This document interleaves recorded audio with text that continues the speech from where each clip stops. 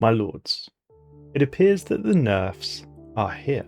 Today we are going to go through Dev Diary 407 and discuss a new open beta and a whole heap of changes that's going to impact both the economy and the Navy. Let's first look at the open beta design goals and philosophy. So the developers are not trying to recreate the economic level of 3.x in this branch, they're looking for where the baseline of the 4x economy should be. So I wonder if that means lower or higher than where we were in 3.1.4. Personally, I would like to see a nerfed 3.14 economy. I quite like smaller numbers of things. For example, I would quite like a 25x crisis to have, say, no more than 1 million fleet power, and then scale everything in cohesion with that.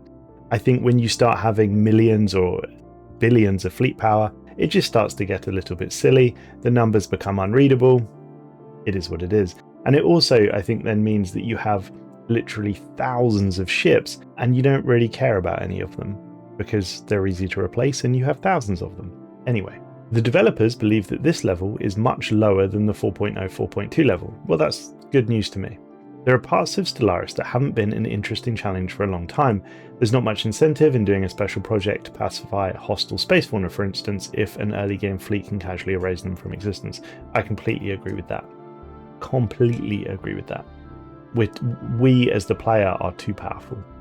We want to reduce the number of ships in game to both improve performance, love it, support it, and to make the ships you have feel more valuable, love it, support it.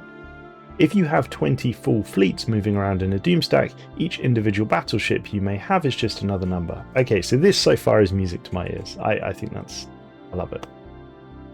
A popular mod, should we see what that is? The popular mod, Shout Out Compact Armadas, made by Raid Boss L, multiplies the power and cost of ships to improve performance. It did accomplish both these goals, but we desired a system that we believe would better fit both early and late game. Yeah, I mean, I think that's reasonable. They need to balance the entire game, not just a little bit of it. We came to the conclusion that as long as the changes were consistent across the entire playing field, the economy and ships did not absolutely necessitate equal power increases to achieve the desired results. Okay. Economic output and fleet power will be significantly lower than what you're used to. Good, I can't wait. And some things that were previously trivial threats may be a real obstacle. I think that's so good. I don't think that we as the player should be able to defeat the Ether Drake with 20k's worth of frigates. I think that's ridiculous. I want to see certainly Leviathans be challenging. I want to see Fallen Empires be challenging. And I really do think the Crisis, it's difficult with the Crisis because there's such a range of player capability, but maybe 1x of the Crisis should be more powerful. I'm not sure. That's a tangent. In earlier developer diaries, Eladrin mentioned that he experimented with a system where naval hulls would tier up into advanced hull types. Personally, I didn't think that was a great idea, but if you want to know why, you can see previous videos. Essentially, I thought that the meta would be to just stack loads of the cheaper hulls because you have more guns. Anyway, Eladrin says this did reduce endgame ship counts and made individual ships more impactful, but they found a few drawbacks with the experiment. The importance of tech was increased even more than it already was, and there were growing pain moments when converting fleets up to the next tier that we thought might be interesting but were more annoying than fun. I get that. I also think that perhaps unlike other games where within maybe 50 years or even less, even just a few decades, you go through several different ages, if you like. So I'm thinking from wooden ships to iron ships, for example. Stellaris is a little bit different because the Corvette you have in 2200 still has the same hull in 2400. I mean, maybe it still has more or less the same hull in 2400. The armor and the shield might change, but it's still basically the same ship. The weapons, of course, will change as well. So you don't really go through ages in Stellaris. I mean, you do have levels of technology. Yeah, a tangent that we don't need to explore today.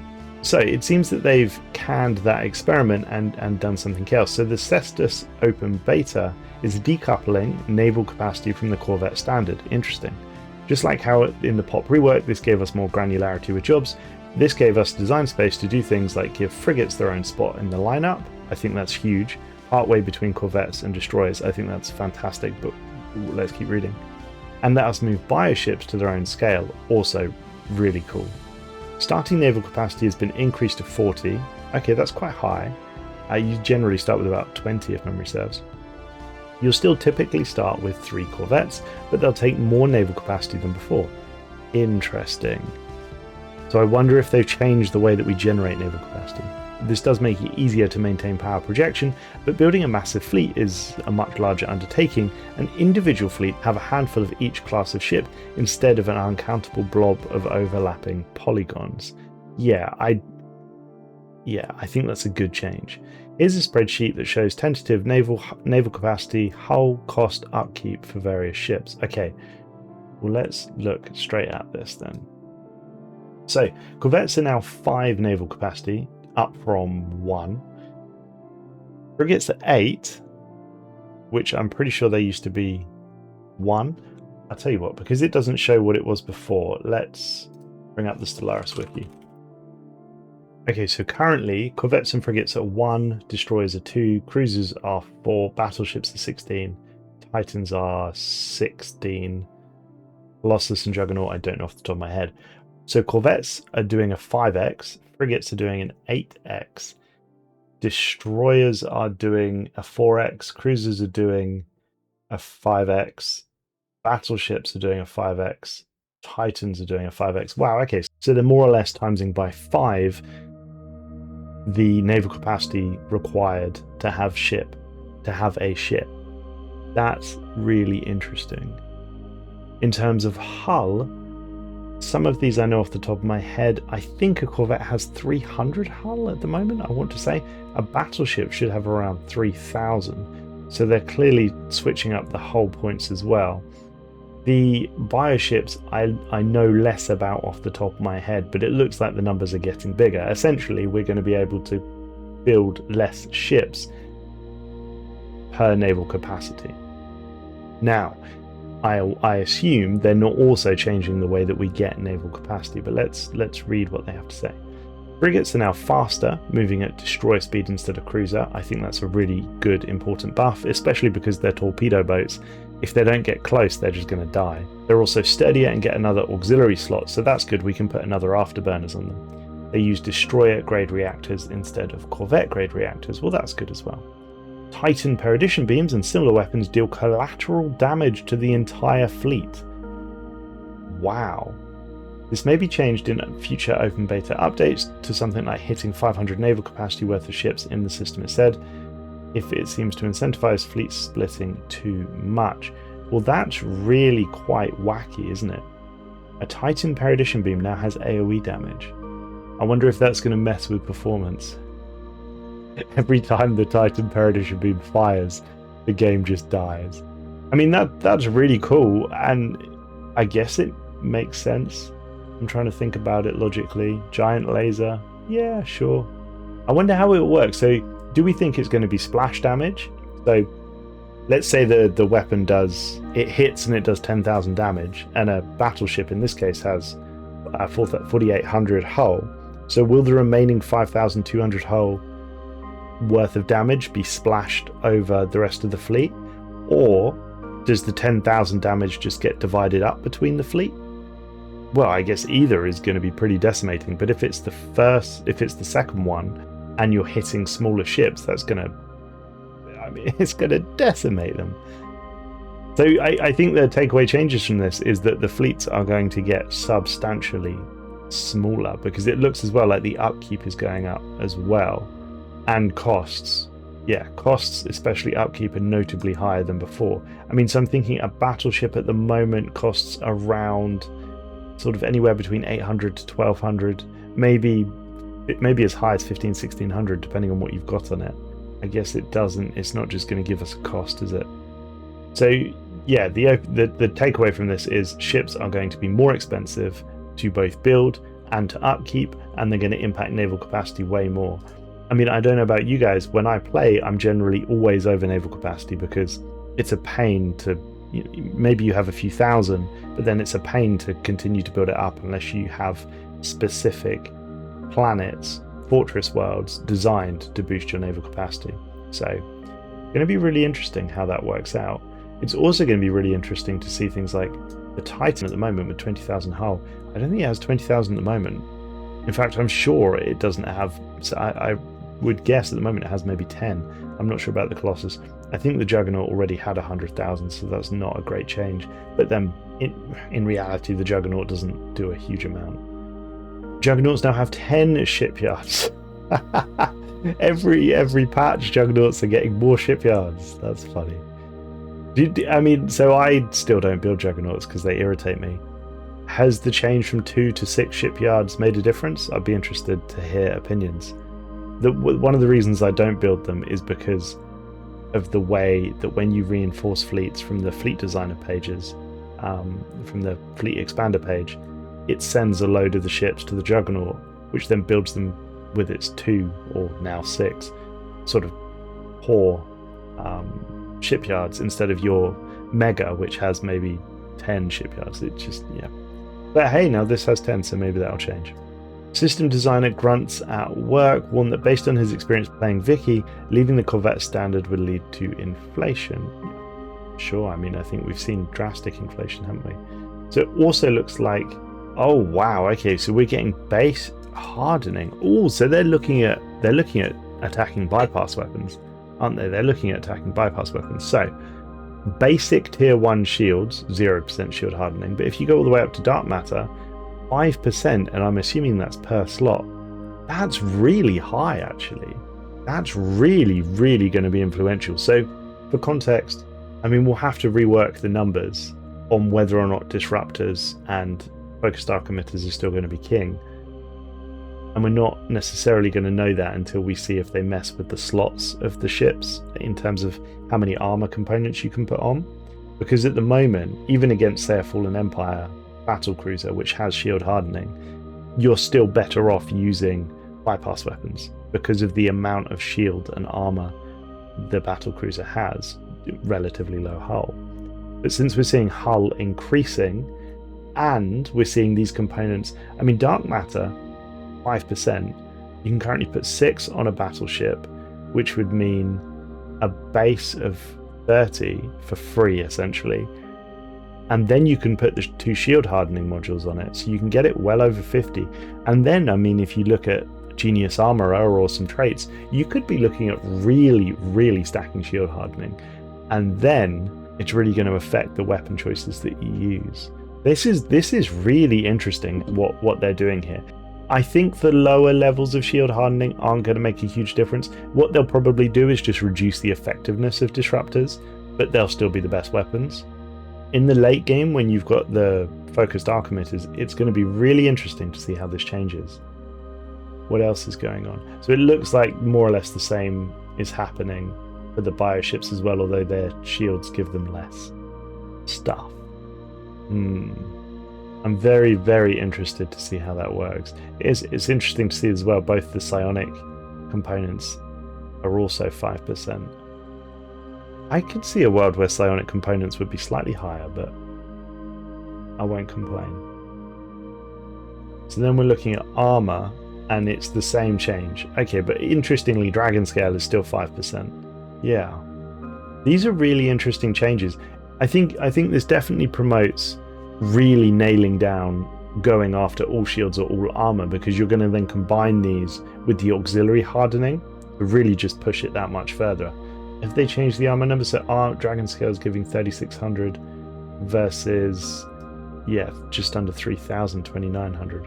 So armor is still giving significantly more hit points, if you like, than shields. I mean, as it should be, because it has a higher cost as well. Does it give cost? No, the table doesn't come at cost. Oh, whoa! Okay, and this is a huge change. So crystal plating is the component that you can use that increases your hull. So at the moment, it's not a huge amount of hull, but you know, that's not necessarily bad if you're fighting bypass weapons. Anyway, this is giving flat damage reduction. So if I'm reading these numbers and I understand them correctly, that means each plate of crystal forge that you put on your ship if it's large, so a battleship, will reduce the damage taken per hit by 8. Now you assume that these stack. So I think if my brain maths is correct, that would be a reduction with 6 of these as 48 damage per hit reduced. Now, depending on the weapon that's being used, that's a huge amount of damage. Let's look at weapons really quick. So if we're looking at reducing damage by 48 per hit, that means that a phase disruptor could do 0 damage to that ship. 0 damage. Even if the disruptor rolls its maximum, as long as we're assuming no repeatables, the disruptor cannot damage that ship. This is insane. What other weapons are we looking at that are popular? Where are missiles? Oh, let's look at plasma for a second. Okay, so these weapons are hitting much harder. Yeah, much harder, but they're still, it's still a big reduction. Let's look at some of the lasers. Okay, lasers, it's basically ignoring small lasers entirely. It basically means that your battleships could be completely immune to smaller vessels. So this changes so much. You could have battleships basically immune to corvette swarms because the corvette swarms just aren't going to be powerful enough to punch through that crystal hull plating. I tell you what else is going to be interesting about this actually while I'm looking for missiles. Juggernauts. If they keep those numbers and you stack a Juggernaut, I don't know how many slots a Juggernaut has. Is it 9?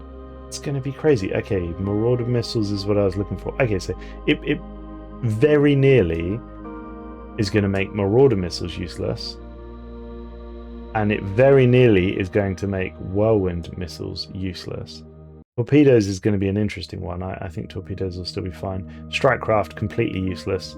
Can't hurt your battleships at all with this plating. Ancient nano missiles. There we go. Oh, that average damage is only 4, so you only need 1, and you can completely ignore all ancient nano missile cloud launchers. This change is, or not change, this addition is wild. This is going to change a lot. Torpedoes have been rebalanced around these numbers and require more power, which are compensated for on frigates. So this is an absolutely huge change. We're going to have smaller ships. The bigger ships, so the battleships and so on, are going to be far more influential than they are at the moment. This is basically everything I've asked for. This sounds incredible. This is going to be really, really cool. It's going to be really interesting how it all plays out, because yeah, we're so used to having 25 fleets of 50 battleships, or more or less 50 battleships with 700,000 fleet power or whatever it might be. This is really going to be very, very jolly interesting. Of course, I'll be reading the comments on this one with bated breath. I'm particularly excited about this. It's something that I've wanted for a long time, but I'm interested. What do you guys think? Is this a positive change? Is it a negative change? If you do think it's negative, then please try and explain why you think it's negative. Otherwise, I can't really. I don't know what to do with it. It's just like, it's rubbish. Well, okay. That doesn't help me when I'm going through these. I'm almost speechless that they've made these changes. I think it's awesome. But let's look at the economy. So, economically, 4.3, the 4.3 beta aims to deflate non-linear growth and push the game towards flatter, more controlled economies. My take on this before I read it is I think this is a good thing. I edge towards a simpler economy, one that has less stuff like job efficiency, for example. I crave not a really simple game, but I do crave a more simple game where you don't have to worry about 16 modifiers hacking onto this and that, and I build a mining district, people work jobs, I get minerals. I like a simpler game. I appreciate that not everyone does. In any case, I do hope that they decrease the economic power that we have, which it seems like that's what they're going to do. So, goals of these changes were to make more modifiers matter, decrease the outliers, and create a leaner, more deliberate economic landscape. Some aspects of gameplay were too easy to circumvent or pin at maximum values, such as empire size, happiness, and stability. Couldn't agree more. When was the last time you ever looked at happiness or stability? You just don't pay attention to it. Empire size you can largely ignore as well, in my opinion. While other systems such as unemployment were generally unenjoyable and did not add value to the game. Unemployment is a really interesting one for me. I actually like unemployment as a mechanic, but I understand why it's not necessarily viewed as fun. I'm not a huge fan of civilians because I think that takes away from the difficulty of potentially managing an unemployed population. The caveat to that is it's not really difficult to deal with it. You can just turn growth off and leave it there, which maybe isn't realistic of what would happen. So although I don't necessarily disagree with them, I do understand their perspective. Many modifiers have been returned to provide smaller, more focused bonuses or penalties, and during our economic pass we tended to favour job efficiency over raw output. I'm not sure I agree with that. I struggle with job efficiency. Why not just make it give us more stuff? Is it because you can tweak job efficiency more than raw output? I'm not sure. There have now been some significant changes to how automation and Fallen Empire buildings function. They're now job specific, and Fallen Empire buildings are the only source of specialist job automation.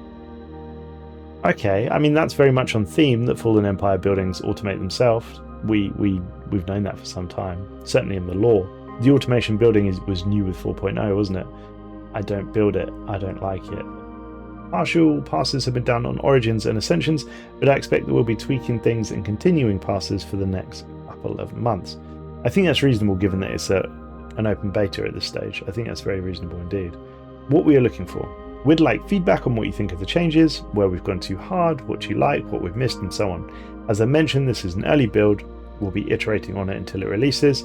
If and when you find something that's grossly out of line with the rest of the game, let us know. Is the challenge level appropriate? Are there more sliders that we should add to Galaxy Generation, or changes we should make to baseline difficulties? I've spoken a lot on challenge level. I would like there to be an option to set the crisis higher than 25x, even if it is truly impossible. Even if these nerfs mean 25x becomes impossible, I'd still like the option to make it go higher, because it's fun and there's a challenge element, and someone out there will be good enough at the game that they manage to do it. So I think I like that. I'd also like the option to just be able to type in the dates. So for example, mid-game, end-game, etc. Just let me type in a year. And if I want to set both of those at say 2201 and 2202, then let me. And I hope if there's a developer listening, then I've detailed my thoughts on the changes. I think to summarize, I really like the direction of travel. I don't know if I've been calling for it, but I've certainly been wanting to see smaller economies and certainly smaller navies. I think that's only going to be good for the game. And of course, it's going to make performance better as well. And do you know what? I would like performance to be better. So it's absolutely something I support. But of course, that's ultimately just my opinion. I'm very interested to see what everybody watching and listening thinks, because your opinions are going to weigh much heavier than I am. And I think if you do feel strongly about one of these changes, then of course feed it back to the developers as they've asked for. Go on the Stellaris forums or join the Stellaris official Discord and make your feelings known. Of course, be respectful when you do so. There's an awful lot of patch notes that I'm not going to sit here and read through, but I did enjoy scrolling through them. And I'm aware that we missed some stuff at the start. Is there anything interesting in there? Just bug fix stuff and performance and optimization. So I think that rounds up my thoughts on the new open beta. As I said, please let me know what you think, and thank you for listening. I'll see you in the next one.